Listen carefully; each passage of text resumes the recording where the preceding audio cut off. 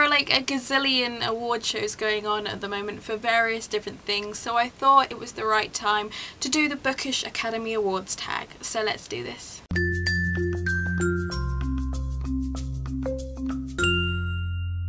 Hi everybody, it's Lydia here. So this tag was created by Kayla at Bookadoodles. I will link her in the description below, go check her out. And this is basically a book tag inspired by the Oscars, so every single category corresponds to some kind of book category, for example. It'll all become clear. The first category is Best Actor or Best Male Protagonist, and I have gone for Hamlet. And I know before anyone says anything, this is a play and not a book, shh, I know. But I had to pick him because he is just hilarious. I mean, he is the most snarky, sarcastic character in all of literature. He is just...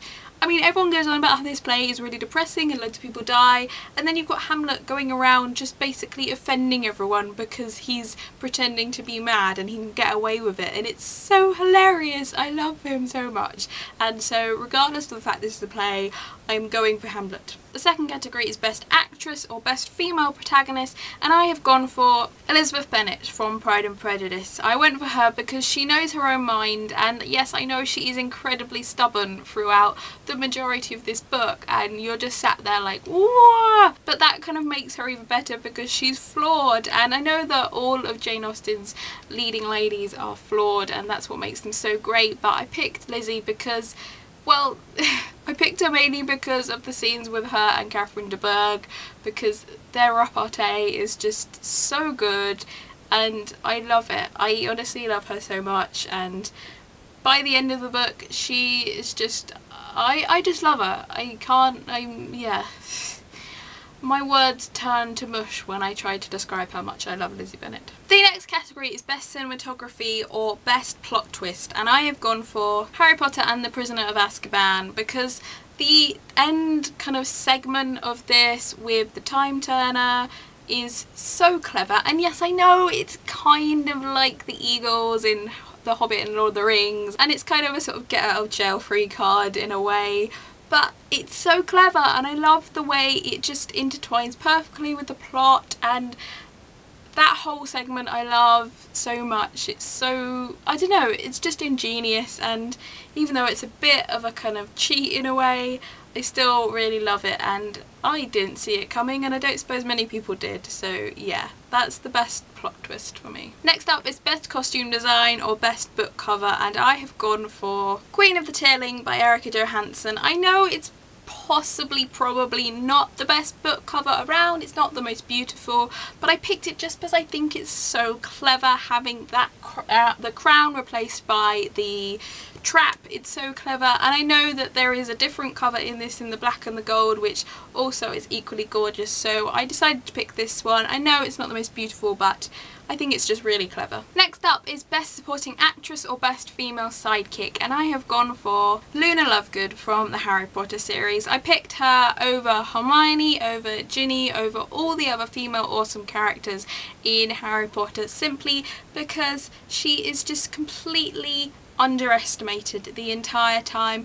They all think she's mad, and yet, like Hamlet, there is method in her madness and it is brilliant. I love her so much. She is just awesome. I never really used to appreciate her as a character, but kind of in recent years, I went to LeakyCon a couple of years ago, and just hearing Evanna Lynch talk about her, it was just really persuaded me to like appreciate her in a new way, and yeah, I really kind of love her now. Next up, Best Supporting Actor or Best Male Sidekick, and I have gone for Samwise Gamgee from The Lord of the Rings. Honestly, find me another more loyal character in any book, because he is just so completely devoted to Frodo and everyone, and he's the nicest guy ever, and I love him so much. So many reasons. I think probably, however, my favourite reason for loving him is that he always sticks true to his roots. Even after they've gone to Mordor and back, he is still that gardener from number 3 Bagshot Row, Hobbiton, and he will always be that way, and I just love him. What is there not to love about Samwise Gamgee? Next up, Best Original Screenplay or Most Unique Plot or World, and I have gone for Ready Player One by Ernest Cline. I know I could have gone for numerous other books and I went for this one even though it might not be the most original idea, but I just think it was really clever and I can't honestly think of another book that has done this yet. I think now that this one has been so successful it will probably become a new thing, but I just thought this was so clever, and the whole incorporating all the references and everything, it just works so well, and I haven't read a book like it, and that's why I picked it. Next, Best Adapted Screenplay or Best Book to Film Adaptation, and I have gone, yes I know it's another play, I have gone for The History Boys because this film adaptation was so brilliant. It is pretty much word for the play, yes, but they cut out a lot of stuff that was in the play and it wouldn't have worked on film, so I think for that reason I love it so much. Also, just from a casting point of view, I think the simple fact that a lot of the main cast, especially as far as the young ones are concerned, a lot of them have gone on to be really successful, and I think that says a lot about the casting for this film and for the original National Theatre production of this anyway, so I have to go for this film. Next up, Best Animated Feature or a book you would like to see created into an animation, and I have gone for The Night Circus by Erin Morgenstern, simply because I think if you did it really stylized, it would be really interesting. I would absolutely love to see a film with this, but honestly I don't know whether it would work as a straight live action film, and I think an animation would allow kind of for more creative freedom and to be able to adapt this book better. And imagine if it was just done in like black and white and red. Oh my god, it would be so beautiful. I would absolutely love to see that. Next up, Best Director or a writer you discovered for the first time, and I have gone for Samantha Shannon. Who else? There are numerous reasons why I could pick her, not least her world building, but most recently from reading The Mime Order I've come to really appreciate the way she incorporates fictional historical texts in a way into her book. Like, I love the way in The Mime Order she incorporates the on the merit stuff and all that, and I'm really looking forward to reading the pamphlet that they've created of that, and I just think she's a really exciting writer, and I can't wait, not just for the rest of the series but for her future works in general. Next up is Best Visual Effects or Best Action Sequence in a Book, and I have gone for, what else, The Lord of the Rings. I had to go for it because this book, or this trilogy, is just filled with so many brilliant action sequences, and I don't know what would be my favourite. I think maybe the Battle at Pelennor Fields. I think just because of the way it brings together all the individual plot lines and brings so many characters together, and I just love it so much. Next up, Best Original Score or Best Music from a Book to Movie Adaptation, and I have gone for, without sounding completely repetitive, The Lord of the Rings. I had to. For me, the score from those three films is the best score that has been composed since the millennium for any film, and I absolutely love it so much.